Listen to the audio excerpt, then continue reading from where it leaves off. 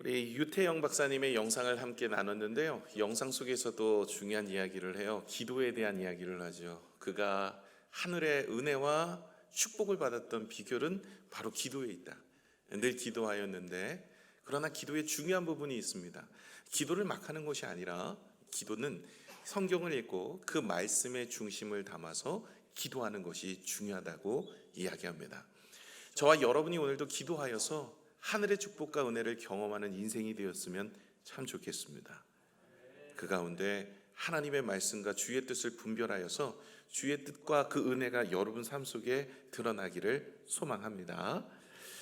여러분 몇 주 됐어요, 출애굽기 나눈 지가. 그래서 좀 기억하실지 모르겠는데, 여러분 모세가 40일 시내산에서 하나님의 율법의 말씀을 받으러 올라갔을 때 그 40일을 기다리지 못하고 아론과 백성들은 밑에서 금송아지를 만들어서 이 금송아지가 우리를 이제까지 인도하였다, 그리고 앞으로도 인도할 것이다, 이렇게 이야기하고 있어요. 참 안타까운 일이 아니겠습니까? 이때 하나님께서는 진노하셨습니다. 그래서 수천 명이 죽어요. 하나님께서는 또한 이 목이 곧은 백성과 함께 할 수 없다고 말씀하십니다. 너네끼리 가라, 이제 나는 같이 안 가겠다. 이렇게 이야기하니까 모세가 중재합니다. 하나님, 함께 하셔야 됩니다. 하나님이 가시지 않으면 우리는 가서 소용이 없습니다.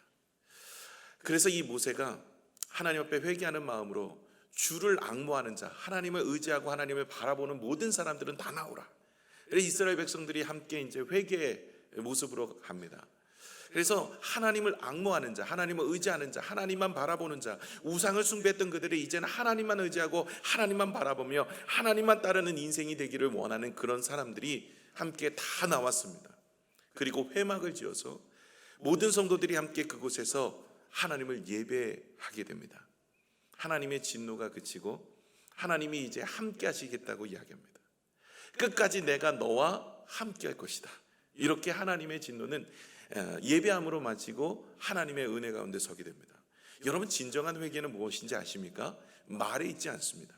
진정한 회개는요, 하나님 내가 잘못했습니다, 이제는 이렇게 살지 않겠습니다, 바르게 살겠습니다, 이것이 아니라, 여러분 진정한 회개는 예배로 나오는 거예요. 여러분, 예배가 진정한 회개의 마지막 장소예요. 그래서 여러분, 내가 회개했습니까? 그러면 예배 자리에 있어야 됩니다. 하나님의 은혜, 하나님의 말씀, 하나님의 능력 가운데 내가 이 예배 가운데 하나님께서 나를 채워주시고, 예배 가운데 하나님께서 우리를 붙들어 주시고, 예배 가운데 하나님을 찬미합니다. 여러분, 예배가 뭘까요? 하나님 앞에 영광을 올려드리는 모습이죠. 그러므로 저와 여러분이 지음받았던 목적 자체도 예배하기 위함입니다. 그러니까 우리가 회개가 뭘까요? 내가 잘못했습니다, 다시는 죄를 짓지 않겠습니다, 여기서 멈추는 것이 아니라 이제는 하나님 앞에 예배 드리겠습니다. 이스라엘 백성들이요, 우상을 숭배하고 심판을 받고 많은 사람이 죽었습니다. 그리고 하나님께서 함께 하시지 않겠다고 이야기했을 때 그들은 통회하고 자복하면서, 하나님 이제는 주님만을 의지합니다, 주님만을 예배합니다, 그래서 주를 앙모하는 자 다 나와라, 모세가 이야기하니까 많은 사람들이 다 나와서 모든 이스라엘 백성들이 회막에 모여 있는 자리에서 떠나서 회막에 모여서 하나님을 예배했더니 하나님의 임재의 구름이 그 회막에 가득하게 되어집니다.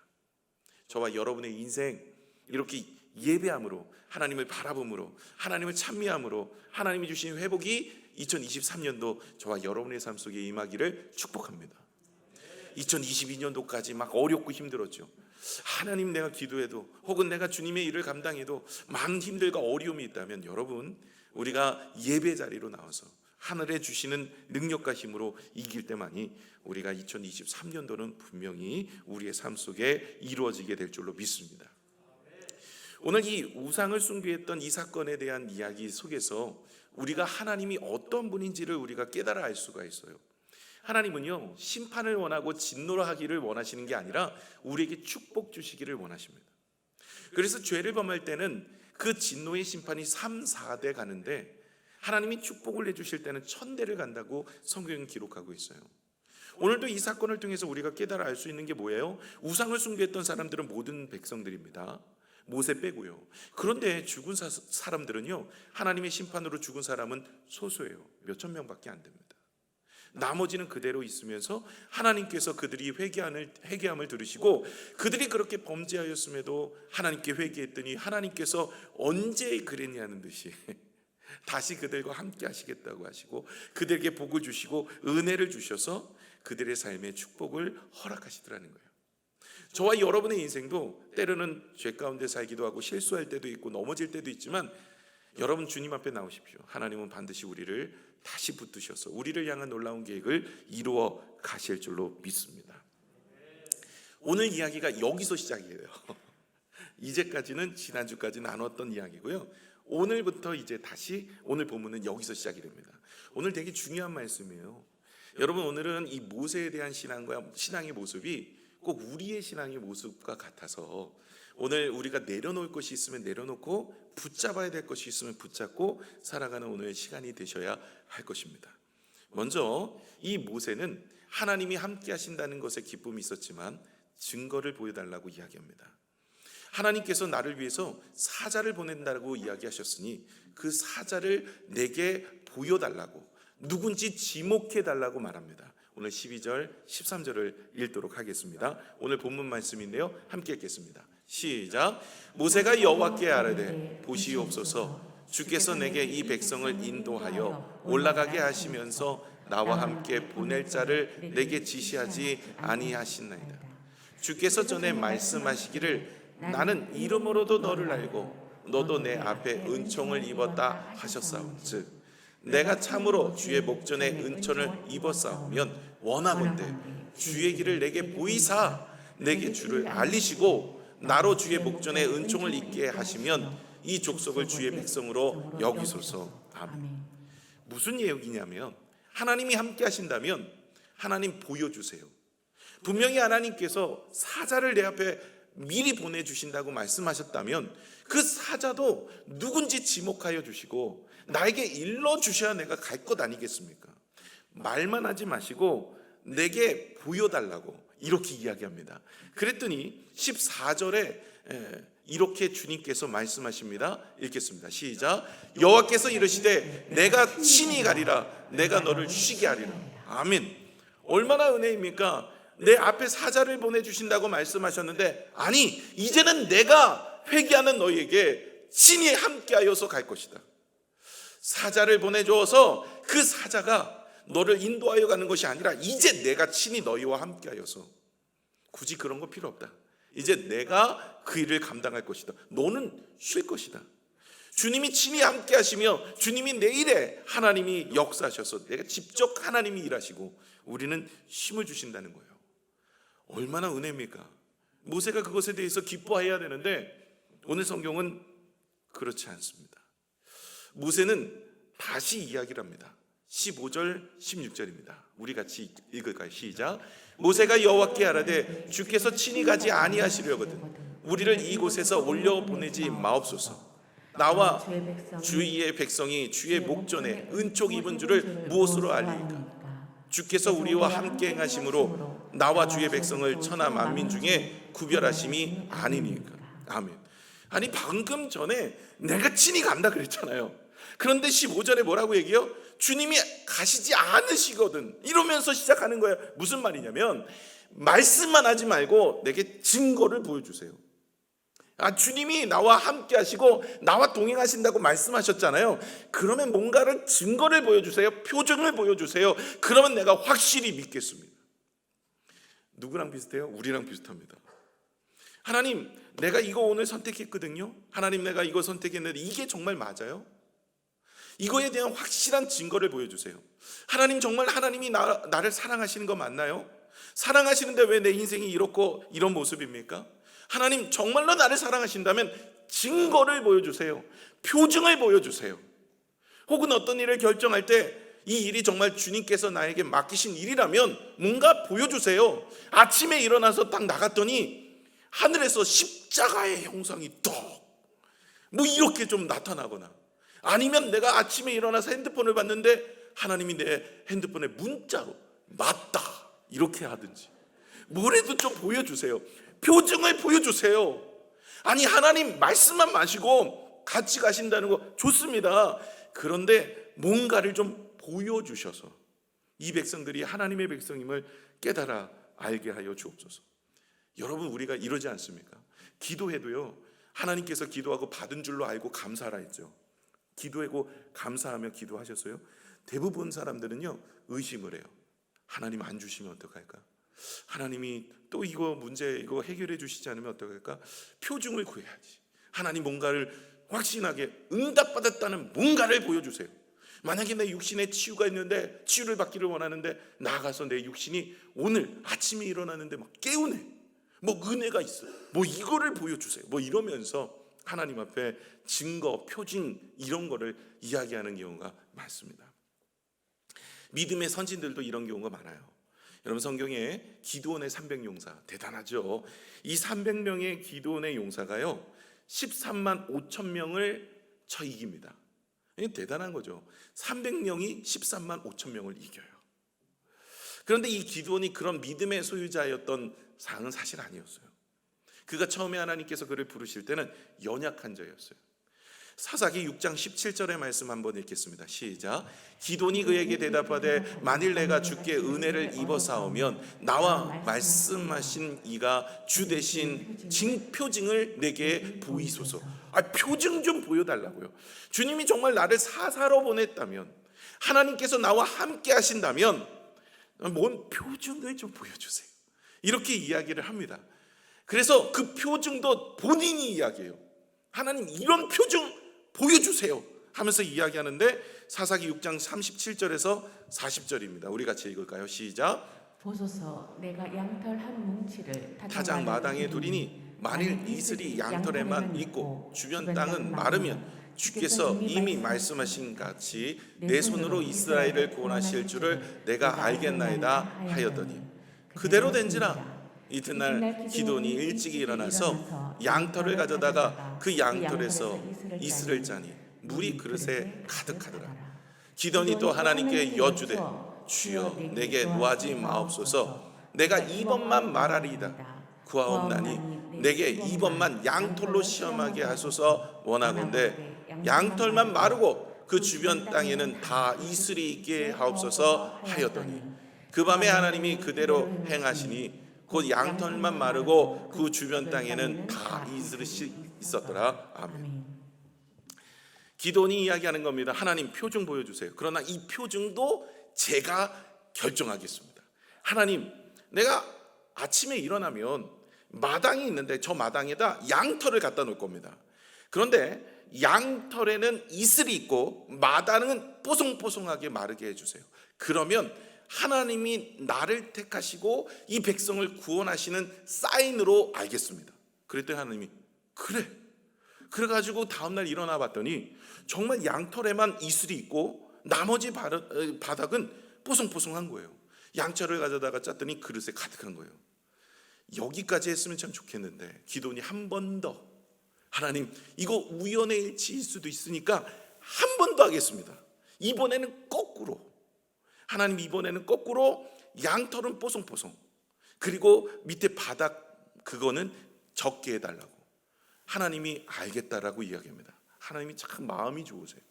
나 같으면 때려쳐라. 야, 다른 애 내가 기드온, 야, 너 말고 다른 애를 내가 택하겠다 이렇게 할 것 같은데 하나님은 그에게도 계속해서 그렇게 말씀하시면서 내가 그렇게 하겠다. 다음날 일어나 보니까 정말로 이번에는 양털은 뽀송뽀송하고 마당은 다 젖어 있는 거예요. 그래서 이 기돈이 그 표징을 받고 나아가서 승리하게 되어집니다. 모세도 처음에 불렀을 때 이와 같은 모습 아니었어요? 호렙산에서 하나님이 부르셨을 때 야, 손을 안에다 넣어라. 넣었다가 뺐더니 뭐가 됐어요? 문둥병. 다시 넣었다 빼라. 다시 넣었다 뺐더니 정상이에요. 네가 가진 지팡이를 던지라. 던졌더니 뱀이 돼요. 꼬리를 잡으라. 잡았더니 뱀이 됩니다. 꼬리를 잡았더니 뱀이 지팡이가 됩니다. 예, 정신을 차리고 계시는군요. 네. 이 모세의 놀라운 기적의 모습을 보여주면서 하나님이 함께 자꾸 표징을 보여달라는 거예요. 이게 여러분 믿음이 있었던 믿음의 선진들도 그런 모습들이 있어요. 저도 여러분도 아마 그런 마음 가지고 하나님 저에게 뭔 표징을 보여주세요. 하나님 기도의 응답이 되었다는 표징이든 하나님이 나를 사용하신다는 표징이든 내가 지금 선택하고 일을 하고 있는 이 일이 정말로 하나님이 원하시는 일이든 하나님께서 나를 치유하실 때 나에게 회복의 모습 뭐든지 좀 보여주세요 라고 이야기할 겁니다. 예수님 당시도 수많은 표적을 보여줬어요. 그죠? 예수님이 배고픈 자를 먹게 하고 병든 자를 낫게 하시고 또 때로는 나사로 같은 죽은 자도 살리는 놀라운 역사도 하나님이 행하셨어요. 그런데도 불구하고요, 이스라엘 백성들이 자꾸 표적을 달라는 거예요. 마지막까지 그래요. 예수님이 십자가에 달려 돌아가실 때 뭐라고 얘기하냐면 그 밑에 사람들이 십자가에서 내려오면 내가 믿을 것이다 라고 얘기해요. 여러분, 십자가에서 내려오면 믿을까요? 여러분, 죽은 나사로를 살려도 믿지 않고요, 오병이어의 기적을 행한 것도 믿지 않아요. 그들은 놀라운 역사와 능력을 경험했던 것을 그들의 삶 속에서 경험했음에도 불구하고 믿지를 않아요. 여러분, 믿음이라는 것은요, 이런 표징이나 이런 모습을 바라보면서 성장하는 게 아닙니다. 내가 확신을 가지고 살 수 있다라고 생각하지만 그렇지 않아요. 여러분, 예수님의 제자들도요, 한번 보세요. 그들이 3년간 예수님과 동고동락했어요. 그들은 정말 예수님이 물 위를 걸어오는 표정도 보았어요. 풍랑을 잠잠케 하는 표정도 보았어요. 그는 죽은 나사로가 살리는 표정도 보았어요. 그들은 오병이어의 기적을 함께 경험했던 사람들이에요.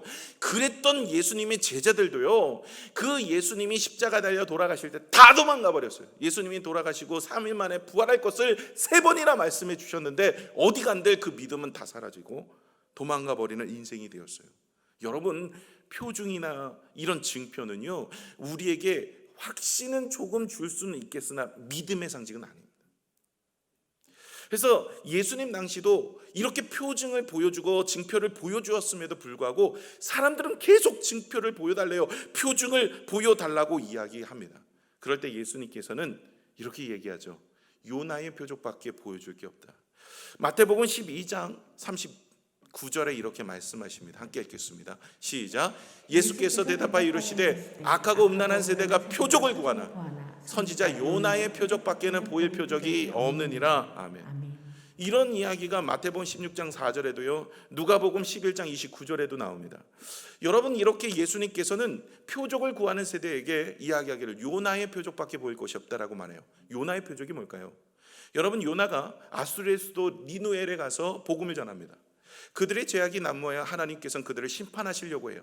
그럴 때 이 요나가 니누엘에 가서 복음을 전했는데 그들이 표징을 보고 역사가 임하여서 그들이 돌아온 게 아니에요. 하나님의 말씀을 듣고 마음의 믿음이 열려서 하나님의 은혜 가운데서 회개하여 돌아오게 됩니다. 다시 말해, 표적을 보고 징표를 보고 돌아오는 게 아니라 우리의 믿음은요, 하나님이 열어주셔야만 우리의 마음에 열림이 되어지는 줄로 믿습니다. 그러므로 여러분, 우리가 표적과 징표를 구하는 인생이 되어서는 안 되고 우리가 구해야 되는 것이 무엇일까요? 오직 믿음입니다. 표징이, 징표가 우리의 믿음을 성장케 하는 게 아니에요. 그것에 대해서 수많은 기적을 경험했던 예수님의 제자들 도망가 버리는 것처럼, 그렇게 믿음 없는 자의 모습처럼 되어진 것처럼 오늘도 어찌 보면 하나님이 이렇게 보여주시면, 하나님 말씀해 주시면, 하나님 어떻게 증명해 주시면 내가 잘 믿고 하나님 끝까지 살겠습니다. 여러분, 자신할 거 없습니다. 그건 믿음의 성장이 아니에요. 확신은 있을 수 있으나 믿음은 하나님의 은혜, 은사, 하나님이 주신 선물인 줄로 믿습니다. 그러면 이 믿음을 어떻게 받아야 될까요? 나는 표징과 징표를 구하는 것이 아니라 이 불안한 현실 속에 내가 기도해도 받은지를 어떻게 아느냐, 또 하나님께서 나를 통해 일하시고 나를 사랑하시는 거 어떻게 아느냐. 표징과 징표를 구하는 인생이 아니라 무엇을 구해야 된다고? 믿음을 구해야 되는데 이 믿음이 어떻게 성장하냐는 거예요. 로마서 10장 17절은 이렇게 이야기합니다. 함께 읽겠습니다. 시작. 그러므로 믿음은 들음에서 나며 들음은 그리스도의 말씀으로 말미암느니라. 믿음은 어디서 나요? 들으면서. 무엇을 들으며요? 그리스도의 말씀을 들으면, 하나님의 말씀을 들을 때 믿음이 성장하는 거예요. 그러면 우리가 믿음을 성장하고 그 믿음으로 인하여 담대하게 승리하려고 하면 어떻게 해야 될까요? 말씀을 듣는 자리로 나오셔야 돼요. 그게 어디일까요? 일부하고 동일한 반응이에요. 잘 몰라서 여태까지 예배 잘 안 나오셨죠? 이제 제가 알고 있어요. 여러분, 믿음의 성장은 예배, 말씀을 들을 때 나온대요. 그 듣는 자리가 예배 자리잖아요. 여러분, 몰라서 잘 안 나오셨잖아요.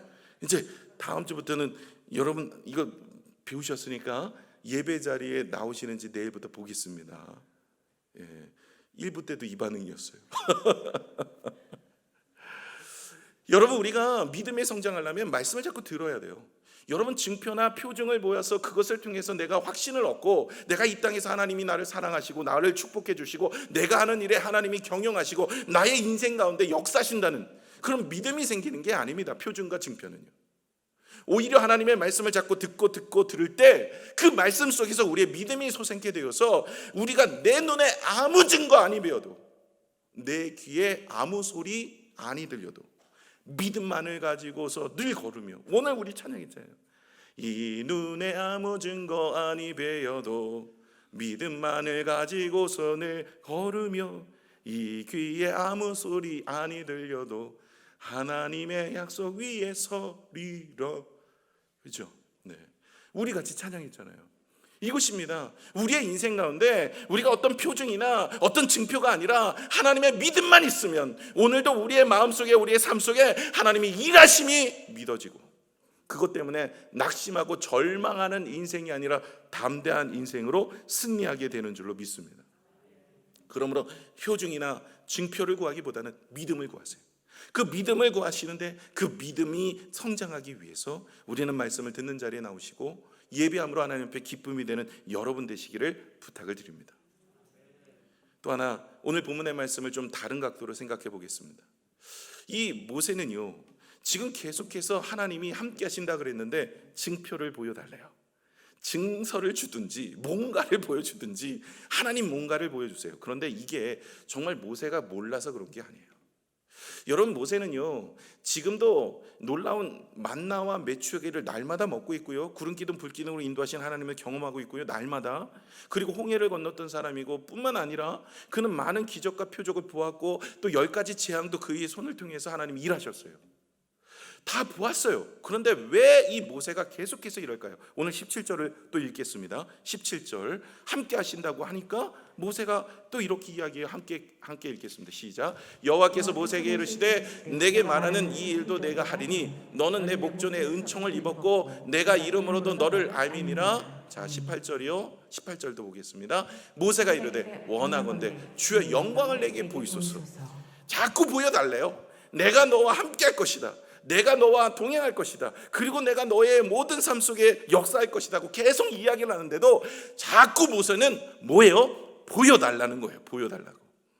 근데 오늘은 이 주의 영광을 보여달래요. 이 주의 영광이 나중에 보시면 하나님의 얼굴입니다. 일반 표징이나 증표가 아니라 아예 주님의 얼굴을 대면하고 보기를 원하는 거예요. 근데 이게 모세가 보기를 원하는 게 아니라 사실 이스라엘 모든 백성들을 향하여서 그것이 필요하다고 생각을 하고 있는 거예요. 나는 이런저런 문제로 상황 속에서도 하나님이 계시다는 걸 내가 확신합니다. 그러나 이 목이 곧은 백성들 또 우상 숭배하고 또 불평하고 또 원망할 수 있으니 하나님 이들에게 확실한 뭔가를 좀 보여주세요. 이렇게 이야기하고 있는 거예요. 본다고 믿을까요? 여러분, 엘리야 시대 때 북이스라엘에서 활동했던 선지자가 엘리야입니다. 그때 아합이 북이스라엘 왕이었고 그의 아내가 이세벨이었어요. 하나님을 숭배하지 않아요. 하나님을 경배하지 않고 예배하지 않고 바알과 아세라를 숭배합니다. 이때 엘리야가 누가 참신인지 보여주겠다. 그래서 갈멜산에 다 모여라. 갈멜산에 모였어요. 거기에 바알과 아세라 선지자 850명, 그리고 엘리야 혼자. 하늘에서 불이 내려오는 신이 참신인데 누군지 우리 겨루어 보자. 850명의 선지자가 난리 구슬했어요. 하늘에서 불이 내려오지 않았어요. 그런데 엘리야가 기도했더니 하늘에서 불이 내려와 제단이 완전히 불사졌어요. 누가 참신인지 보여줬어요. 기적의 역사를 보여줬어요. 그럼 믿어야죠. 아합과 이세벨이 믿지를 않는 거예요. 오히려 더 악해졌어요. 백성들이 믿지를 않는 거예요. 그런 기적을 보여줘도, 그런 역사가 있어도 안 믿어요. 오히려 이세벨이 죽이겠다는 거예요. 엘리야 잡아 죽이겠다. 왜? 나의 사랑하는 나의 신복들, 그 바알과 아세라 선지자들 다 죽여놓은 이 엘리야를 내가 잡아 반드시 죽이겠다. 여기에 마음이 너무 낙심이 된 거예요. 그래서 이 엘리야가 로뎀나무 밑에서 하나님 이제는 못하겠습니다. 하나님 나를 데려가 주옵소서. 왜 그렇게 했을까요? 하나님, 내가 할 만큼 했습니다. 진짜 놀라운 기적도 역사도 내가 이 사람들에게 보여줬고 하늘에서 불이 내려오는 것도 보여줬음에도 불구하고 이들이 믿지를 않아요. 하나님, 이제 나는 할 만큼 했습니다. 하나님, 이제는 못하겠습니다. 그리고 하나님 앞에 이제는 나를 데려가 달라고 이야기하는 거예요. 모세의 심정입니다. 하나님, 이 사람들 할 만큼 했습니다. 도대체 믿지를 않습니다. 하나님, 이제 얼굴을 보여주세요. 하나님이 영광을 보여주셔서 이 사람들에게 정말 하나님이 함께 하시고 하나님이 지금도 동행하시는 것을 보여주셔야 되지 않습니까? 이렇게 이야기하고 있는 거예요. 모세도 할 만큼 한 거죠. 그리고 나서 이제 하나님 앞에 뭔가를 좀 이 사람들에게 확실하게 뭔가를 보여달라고 얘기합니다. 이럴 때 하나님이 19절에 이렇게 대답을 하십니다. 함께 읽겠습니다. 시작. 여호와께서 이르시되 내가 내 모든 선한 것을 내 앞으로 지나가게 하고 여호와의 이름을 내 앞에 선포하리라. 나는 은혜 베풀 자에게 은혜를 베풀고 긍휼히 여길 자에게 긍휼을 베푸느니라. 아멘. 오늘 본문의 말씀 중에 이 말씀이 가장 유명한 말씀이고 중요한 말씀입니다. 여호와께서 이제 이 기적과 표적을 보여달라고 이야기하는 이 모세와 백성들을 향하여서 이야기한 거예요. 내가 은혜 베풀 자에게 은혜를 베풀고 긍휼히 여길 자에게 긍휼히 여기겠다라고 이야기하십니다. 이 얘기는 하나님의 백성, 하나님의 택한 사람은 반드시 하나님께서 붙드시고 은혜 주시고 힘 주시고 능력 주셔서 이끌어 주신다라는 이야기를 하고 있는데, 이 말씀은 바울 사도가 이것을 인용하여 로마서에서 복음이 선포되는 성도들에게 증거합니다. 로마서 9장 15절의 말씀 함께 읽겠습니다. 시작. 모세에게 이르시되 내가 긍휼히 여길 자를 긍휼히 여기고 불쌍히 여길 자를 불쌍히 여기리라 하셨으니, 이 말씀을 인용하여 바울이 사용하였죠. 이 말씀은요, 다른 게 아닙니다. 하나님의 백성은 하나님이 붙드시고 하나님이 인도하여 주셔서 은혜와 긍휼을 베푸시고 우리 인생에 은혜를 베풀어 주실 것이다. 표준이나 증표가 아니라 하나님께서 나와 정말 함께 하시는 우리의 삶의 여정 속에서 그런 놀라운 일들을 우리에게 허락하실 것이라는 거예요. 그것을 믿음으로 바라보라는 거예요. 그 믿음으로 바라보는 하나님의 은혜 우리 가운데 있다는 거죠. 그러면서 덧붙여서 이렇게 이야기합니다. 20절 이야기합니다. 20절 시작. 또 이르시되 내가 내 얼굴을 보지 못하리니 나를 보고 살 자가 없습니다. 너 자꾸 얼굴 보여달라 그러고 백성들에게 얼굴을 보여주시라고 얘기하는데, 너 백성들이 내 얼굴을 보고 네가 내 얼굴을 보면 죽는다. 이 죄인들은 하나님의 영광의 광채를 보면 죽기 때문에 내가 그것을 보여줄 수는 없고 하나의 방편이 있는데, 23절입니다. 함께 읽겠습니다. 시작. 손을 거두리니 내가 내 등을 볼 것이요 얼굴은 보지 못하리라. 아멘. 여러분, 이 이야기가 무슨 뜻이냐면, 여러분, 얼굴을 보면 사람들이 다 죽어요. 하나님의 얼굴을 볼 수는 없습니다. 우린 다 죄인이기 때문에 하나님의 영광의 광채에 우리가 다 죽습니다. 그런데 하나님이 무엇을 보여주시냐면 등을 보여주시겠대요. 여러분, 등은 어떻게 봅니까? 여러분, 하나님이 앞에 가시면 뒤따라가는 사람이 하나님의 등을 보게 되는 거예요. 이 뜻입니다. 여러분, 등을 보인다라는 것은 하나님이 우리의 인생에 앞서 가신 것을 보여줄 것이다. 우리의 인생에 나보다 먼저 내 인생에 앞서 가셔서 우리의 인생을 붙드시고 은혜를 주신다는 것을 보여주실 것이다. 이것이 19절에 내가 선한 것을 보이리라 라고 이야기하는 구원의 역사를 말하고 있는 것입니다. 다시 말해, 등을 보인다는 것은요, 하나님의 구원의 역사를 우리의 삶 속에 이루어가는 것을 보여주신다고 말씀하고 있는 거예요. 요셉이 13년간 침묵했어요. 성경에 보시면 요셉이 꿈을 꾸고 형제들에게 미움을 받고 종으로 팔립니다. 종으로 팔릴 때 하나님은 어디 계십니까? 그죠? 하나님께서 그에게 꿈을 주셨어요. 하늘의 별처럼 땅에 그 집들이 자기에게 집에 경배를 하고 자기 집에게 경배하고, 그리고 하늘의 별이 자기 별이 다른 별들이 자기 별에게 절을 하는 이런 영광된 은혜의 삶을 하나님이 나에게 약속해 주셨는데, 진짜 표준과 징표로 보여주셨는데, 그런데 현실은 그게 아닌 거예요. 오히려 형제들에게 미움을 당하여 종으로 팔려가는 거예요. 그래도 침묵을 합니다. 13년간 17세 때 팔려가요. 30대에 총리가 됩니다. 이 팔려가는 것까지는 좋았어요. 보디발 장군의 집에 가정 총무가 되었습니다. 그의 아내가 그를 유혹했을 때도 그는 하나님 앞에 범죄할 수 없다라고 외면합니다. 그랬는데 오히려 누명을 썼어요. 강간 미수범으로. 그래 감옥에 들어가게 됩니다. 하나님은 그때는 어디 계셨을까요? 왜 하나님은 나와 함께 하시지 않나요? 왜 하나님은 내 인생 가운데 이렇게 역사하시지 않고 내가 억울한 누명을 쓰고 또 형제들에게 미움을 받고 팔리는데 내 인생 그냥 놔두시나요? 하나님 정말 하늘의 별처럼 별이 나에게 절을 하고 땅에 있는 그 볏집단들이 나의 볏집단에게 절을 하는 그 일들을 나에게 말씀하셨으면 뭔가를 보여주셔야 될 거 아닙니까? 근데 요셉은 그렇게 이야기하잖아요. 침묵합니다. 13년을. 그리고 총리가 되었어요. 감옥에 들어가서 술 맡은 관원장, 똥 맡은 관원장을 만났습니다. 그의 꿈을 해석해 주는 그 은혜를 베풉니다. 그리고 그 바로의 꿈을 해석하는 것으로 인하여서 그는 총리가 되죠. 이 모든 것이 하나님의 섭리 중에 있습니다. 그가 나중에 총리가 되고 형제들을 만났을 때 이렇게 고백합니다. 창세기 45장 5절입니다. 시작. 당신들이 나를 이곳에 팔았다고 해서 근심하지 마소서, 한탄하지 마소서. 하나님이 생명을 구원하시려고 나를 당신들보다 먼저 보내셨나이다. 아멘. 무슨 얘기입니까? 여러분, 하나님께서 우리의 인생 가운데 먼저 앞서가셔서 당신들에게 미움을 받게 하시고 보디반 장군의 집에 팔려가게 하시고 그곳에 누명을 쓰고 그 정치범 수용소에 들어가야 똥 맡은 관원장, 술 맡은 관원장을 만났고 거기서 꿈을 해석하여 바로의 꿈을 해석할 수 있는 길을 열어주셨는데 그 모든 것이 당신들을 구원하시기 위해, 이스라엘 백성들을 축복하시기 위해서 나를 애굽 땅에 보내셨나이다.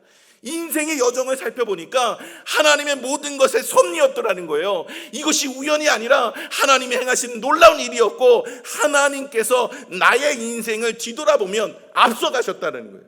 먼저 이끌어가고 계셨다는 거예요. 이게 정말 우리에게 나오는 징표라는 거예요. 너희는 얼굴을 구하느냐? 그러나 너의 인생 가운데 여정을 돌아봐라. 네가 이 자리에까지 오게 된 것은 누구 때문이냐? 하나님이 나의 인생에 앞서가셔서 우리를 지도하시고 이끌어 주셔서 내가 이제까지 온 것은 하나님의 놀라운 섭리 아니더냐. 이 모든 것이 하나님의 등을 보여주신다는 의미입니다. 인생을 돌아보라. 네가 행했던 놀라운 일들을 바라봐라. 누가 행했던 것이냐? 하나님이 이제까지 오게 하신 거 아니냐. 이것만한 증표가 어디 있느냐. 네가 뭔가를 사인을 달라 그러고 뭔가 표징을 달라고 하지만 너의 인생의 여정을 돌아봐라. 하나님이 하신 것이다. 엘리야가 로뎀나무 밑에서 낙심하여 절망했습니다. 하나님, 이제는 더 이상 못하겠습니다. 그럴 때 하나님께서 로뎀나무 밑에 있던 엘리야를 먹이고 재우시기를 하시고 난 이후에 그를 데려다가 급하고 강한 바람 속에 몰아넣으십니다. 그곳에서도 하나님이 안 계세요. 불 가운데로 몰아넣으십니다. 그곳에서도 하나님이 안 계세요. 지진 가운데로 몰아넣으십니다. 그곳에서도 하나님이 안 계세요. 하나님은 어디에 계시느냐? 세밀한 음성 가운데 역사시더라. 그 가운데서 바알과 아세라에게 숭배하지 않았던 7,000명의 사람을 예비해 두시고 그의 후임자였던 엘리사까지도 준비하고 계셨다는 것을 말씀하십니다. 그는 그때서야 깨달습니다. 내 눈에 보이지 않아도, 내 귀에 아무 소리가 들리지 않아도, 환경은 아무 역사가 일어나는 것 같지 않아도 하나님은 지금도 내 앞에서 계시는구나. 하나님 지금도 우리를 붙들고 계시는구나. 하나님은 지금도 우리의 인생을 계획하시고 2023년도 하나님께서 나의 앞에 가셔서 우리는 하나님이 앞서가시는 하나님을 나는 나중에 주께서 우리의 인생 가운데 역사하신다는 것을 보게 될 것이구나. 이것을 우리는 깨달아 알게 되는 것이죠. 하나님은 우리보다 먼저 앞서가십니다. 하나님은 우리보다 2023년도 먼저 우리의 인생을 계획하고 앞을 가고 계십니다. 이제 우리는 2023년도 다 돌아보면 하나님께서 나의 인생의 길 다 지도하시고 인도하시고 은혜 주셨다는 것을 깨닫게 될 것입니다. 여러분, 염려하지 마세요. 하나님이 우리를 붙드시고 사랑하시는 줄로 믿습니다. 그런데 이 사랑이 어디에 쓰여 있습니까? 성경에 쓰여 있습니다. 여러분, 많은 사람들은 표적을 구합니다. 많은 사람은 징표를 구합니다. 그러나 진짜 징표는 하나님이 여전히 나를 사랑하시고 끝까지 사랑하신다는 징표는 예수 그리스도의 십자가의 구원의 사랑입니다. 여러분, 이게 어디 쓰여 있어요? 성경에 쓰여 있네요. 여러분, 징표를 구하지 마시고 성경을 읽으십시오. 성경만한 징표와 표징은 없습니다. 성경을 읽고 성경을 묵상할 때 예수 그리스도의 십자가의 사랑과 은혜를 내 마음에 다시 한번 새겨질 때 우리는 확신을 갖습니다. 하나님이 나를 절대로 버리지 아니하신다는 것.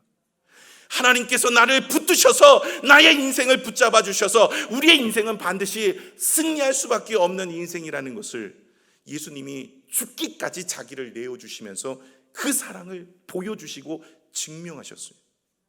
그러기에 저와 여러분의 인생은 결코 실패할 일이 없습니다. 하나님이 우리를 죽기까지도 사랑하셨기 때문에 그렇습니다. 이것만한 증표가 어디 있습니까? 여러분 여전히 하나님 나와 함께 하신지 보여주세요. 하나님 여전히 우리의 인생 가운데 역사하시는지 보여주세요 라고 이야기하지만 성경을 보면 하나님이 여전히 우리를 사랑하시고 우리를 붙드시고 우리에게 은혜 주시고 우리를 자기의 독생자 아들 예수 그리스도까지 내어주시는 그 사랑이 우리에게 있음을 우리는 깨달아 알 때 흔들리지 않습니다. 절망하지 않습니다. 낙심하지 않습니다. 말씀을 맺겠습니다. 여러분 우리는 어떤 일을 진행할 때 증표, 표징 달라고 이야기합니다. 하나님 이 길이 맞는지 하나님 확인해 달라고 하나님 앞에 이야기합니다. 그럴 때 하나님이 이렇게 이야기합니다. 증표와 표징이 문제가 아니라 너의 믿음이 문제인데 믿음은 말씀을 들으면서 난다. 예배 자리에 나와서 하나님의 말씀을 듣다 보면 하나님이 나를 사랑하시고 나와 함께 하시고 내 인생이 어떻게 되어질지를 하나님이 우리의 믿음을 통해서 확증하실 것이다. 뿐만 아니라 이런저런 문제로 우리가 그 믿음의 표징을 구하고 있으나 성경을 통해 본다면 하나님께서 그의 독생자들 예수 그리스도를 우리에게 보내주셔서 그 십자가의 구속의 은혜로 인하여 우리는 다시 한번 부활의 영광뿐만 아니라 이 땅에 사는 동안도 하나님의 자녀의 축복을 누리게 하는 은혜를 볼 것이다. 이만한 표징이 어디 있느냐? 저와 여러분이 오늘도 하나님이 나를 사랑하시고 2023년도도 반드시 항상 승리하는 믿음을 허락하실 줄로 믿습니다. 절망하지 마시고 낙심하지 마시고 문제 앞에서 두려워하지 마십시오. 하나님께서는 반드시 우리를 붙드신다는 것을 예배와 성경을 통해서 하나님은 우리에게 확증하시고 역사하실 줄로 믿습니다. 기도하겠습니다.